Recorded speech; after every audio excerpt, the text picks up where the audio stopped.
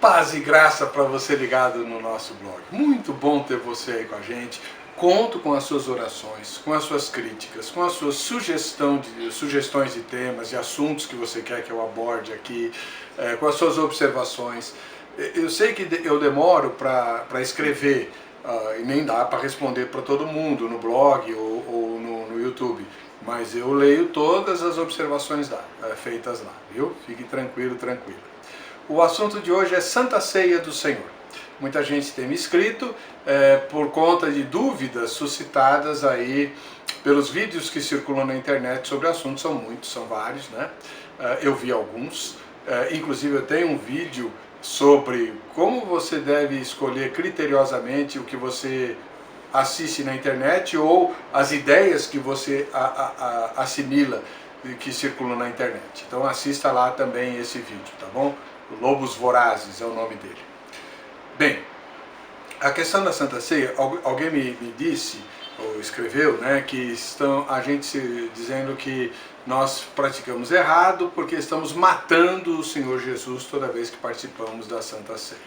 Isso não é verdade. Essa é uma ideia que não é evangélica, é católica romana. A diferença entre a missa e o culto evangélico é que na missa o sacerdote, por isso lá tem sacerdote, nós não temos sacerdote, o sacerdote oferece o sacrifício a Deus. Por isso ele se vira de costas para o público, faz aquele ritual e tal, e consagra os elementos ali. Ele está simbolicamente, Jesus está simbolicamente morrendo de novo, né, para oferecer o seu corpo e o seu sangue. E curiosamente só o sacerdote consome o sangue e os fiéis só consomem o corpo na forma de hóstia. Mas esse é um problema dos católicos, não é nosso, né? Essa é uma questão que eles é que têm que explicar. Nós celebramos a Santa Ceia como memorial. Memorial. O que significa isso? Entenda o que eu quero dizer. Não é que é um ritual, e não é que ele é desprovido de importância espiritual porque é algo feito com pão e com suco ou vinho. Não. A presença espiritual de Jesus está ali, não nos elementos da ceia, mas no culto, onde houver 2 ou 3 reunidos em meu nome, ali eu estarei, disse o Senhor Jesus. Jesus está presente ali. E o sacramento, e é um sacramento sim, assim como o batismo, o sacramento da Santa Ceia, ele tem a importância de alimentar a nossa fé. Jesus usou 2 alimentos presentes na ceia da Páscoa, né? Tem aí um vídeo circulando que nós fazemos tudo errado, porque a gente tinha que fazer ceia é comida e tal. Não é pecado se você quiser fazer na sua igreja uma refeição, inclusive com os elementos pascais. Eu faço isso na Páscoa, né? Eu faço isso na Páscoa. Ervas amargas e depois a Santa Ceia para tirar o amargor da boca. As ervas amargas lembram, no nosso caso, da amargura da escravidão ao pecado.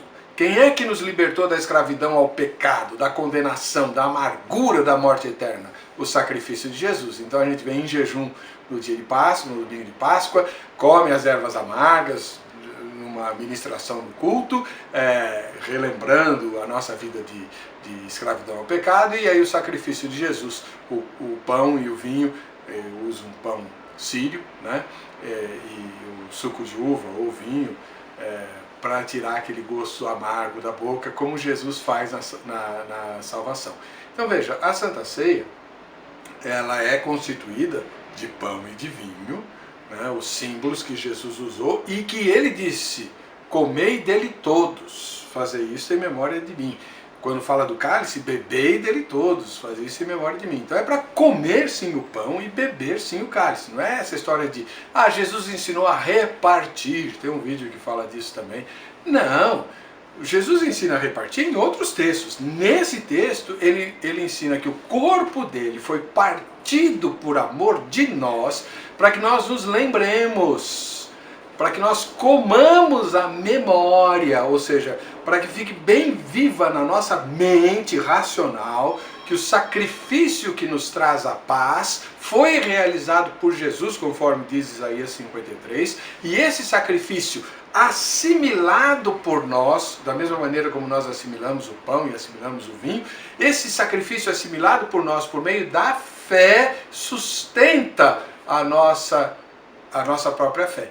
Né? É o alimento da nossa fé, sustenta a nossa esperança, né? Ou aguardança, como eu gosto de falar, porque é esperança no sentido de esperar, não de querer que aconteça, mas de aguardar a nossa redenção completa, como diz lá em Romanos 8, né? Quando nós nos livraremos completamente desse mundo corrompido pelo pecado e viveremos eternamente na presença de Jesus. Por isso que Paulo fala, né? Todas as vezes que comerdes, porque todas as vezes que comerdes o pão e beberdes o cálice, anunciais a morte do Senhor até que Ele venha. É a morte de Jesus que nos traz vida e a ressurreição dele que garante a nossa permanência com Ele no céu eternamente, ou no novo céu e na nova terra. Então a Santa Ceia, ela tem um aspecto espiritual que não pode ser de modo algum desprezado. E ela é realizada com elementos materiais, como todo sacramento. São só dois mesmo, né?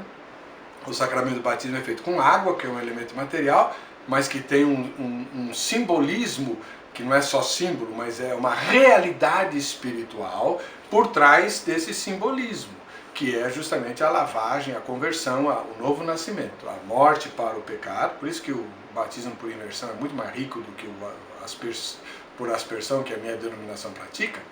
O batismo por imersão ele é extremamente mais rico. Você morre para o pecado. Conheço uma pastora, né, que fala assim: está pronto para morrer na hora do batismo, né?